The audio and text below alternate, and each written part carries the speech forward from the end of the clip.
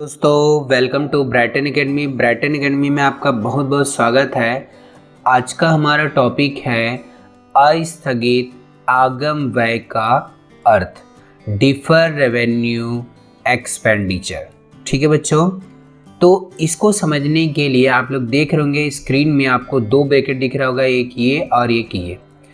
तो ध्यान से समझना बच्चों, आपको केवल इस अर्थ के माध्यम से आपको पूरा अस्थगित आगमगत व्यय समझ में नहीं आएगा। तो इसके लिए आपको ध्यान में रखना होगा, आपको ये उदाहरण भी देखना होगा और ये अर्थ को भी समझना होगा। दोनों को कंप्लीटली समझने के बाद ही आपको क्या आएगा, अस्थगित आगमगत व्यय समझ में आएगा। ठीक है बच्चों, तो धैर्य रखिए, आपको दोनों बताऊंगा तभी क्लियर होगा, वरना नहीं क्लियर होगा। ठीक है बच्चों, तो देखते हैं। व्यापार में कुछ आगमगत व्यय ऐसे भी होते हैं जिनसे व्यापार को अनेक वर्षों तक उपयोगिता प्राप्त होती है।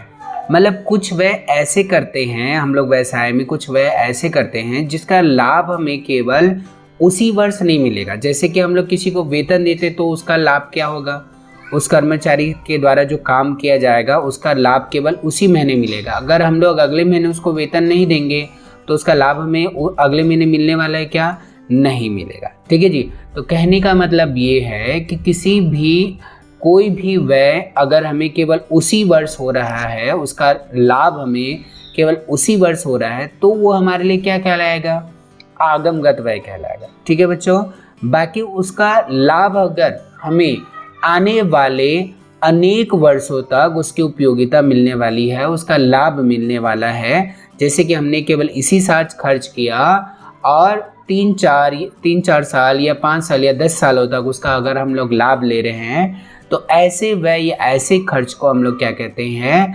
अस्थगित आगमगत व्यय कहते हैं। ठीक है बच्चों, तो ऐसे व्यय की संपूर्ण राशि को व्यय किए गए वर्ष में लाभ हानि खाते में नहीं लिखा जाता। मतलब लाभ हानि खाते में अर्थात खर्चे में उसकी संपूर्ण राशि को नहीं लिखेंगे, उसका कुछ भाग आने वाले लाभ हानि खाते में क्या कर दिया जाता है, स्थगित कर दिया जाता है। ठीक है बच्चों, ऐसे व्यय को अस्थगित आगमगत व्यय कहते हैं।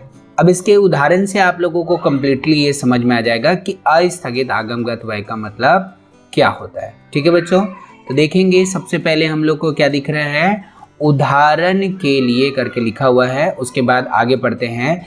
किसी नव स्थापित कंपनी, कोई नई कंपनी स्थापित हुई है, ने अपनी पहली बार अपने उत्पाद के विक्रय के लिए विज्ञापन किया। कोई भी विज्ञापन क्यों करता है जी, उसके पीछे उद्देश्य क्या होता है कि लोगों की नज़र में वो प्रोडक्ट बार बार दिखे, जिससे लोगों को उसकी वैल्यू समझ में आए और वो ज़्यादा से ज़्यादा उस सामान को खरीदे। समझ में आ रही बात बच्चों? तो कोई भी नई कंपनी स्थापित हुई है, मान के चलो जियो एक नई कंपनी स्थापित हुई है, उसने अपने एडवर्टाइजमेंट के लिए कितना खर्च किया, मान के चलो विज्ञापन के लिए कितना खर्च किया, 2 लाख रुपए का खर्च किया। अब मान के चलो उस विज्ञापन का लाभ उसे कितने वर्षों तक मिलने वाला है बच्चों, 4 वर्षों तक मिलने वाला है। तो क्या वो उसी साल जो खर्च किया गया है 2 लाख रुपया, उसको पूरे खर्चे को उसी साल दिखाएगा क्या, नहीं। वो बोलेगा कि अगर इसका लाभ मुझे 4 वर्षों तक मिलने वाला है तो मुझे हर साल क्या करना चाहिए, 4 सालों तक कंटिन्यू 50,000 खर्चा दिखाना चाहिए। ठीक है, हुआ तो उसी वर्ष खर्च है, बाकी उसका लाभ अर्थात बेनिफिट हमें क्या होगा जी, आने वाले 4 वर्षों तक मिलने वाला है। तो ऐसे व्यय को हम लोग क्या कहेंगे, अस्थगित आगमगत व्यय कहेंगे। ठीक है बच्चों, तो ये 50,000 मैंने क्यों बोला, यहाँ पर 50,000 खर्चे की बात हो रही, देख रहे होगे 50,000 खर्चे की बात मैंने क्यों बोला, क्योंकि 2 लाख को अगर 4 वर्षों तक उसका बेनिफिट होने वाला है, तो 2 लाख को अगर 4 से मैं डिवाइड करता हूँ तो 50,000 आएगा।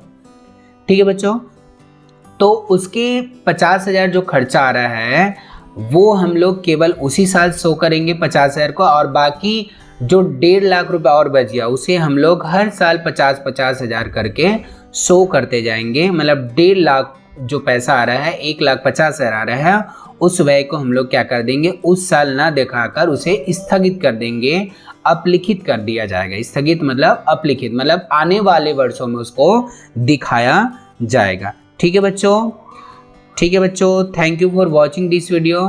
प्लीज़ मेरे वीडियो को लाइक कीजिए, शेयर कीजिए और मेरे चैनल को सब्सक्राइब कीजिए। Thank you.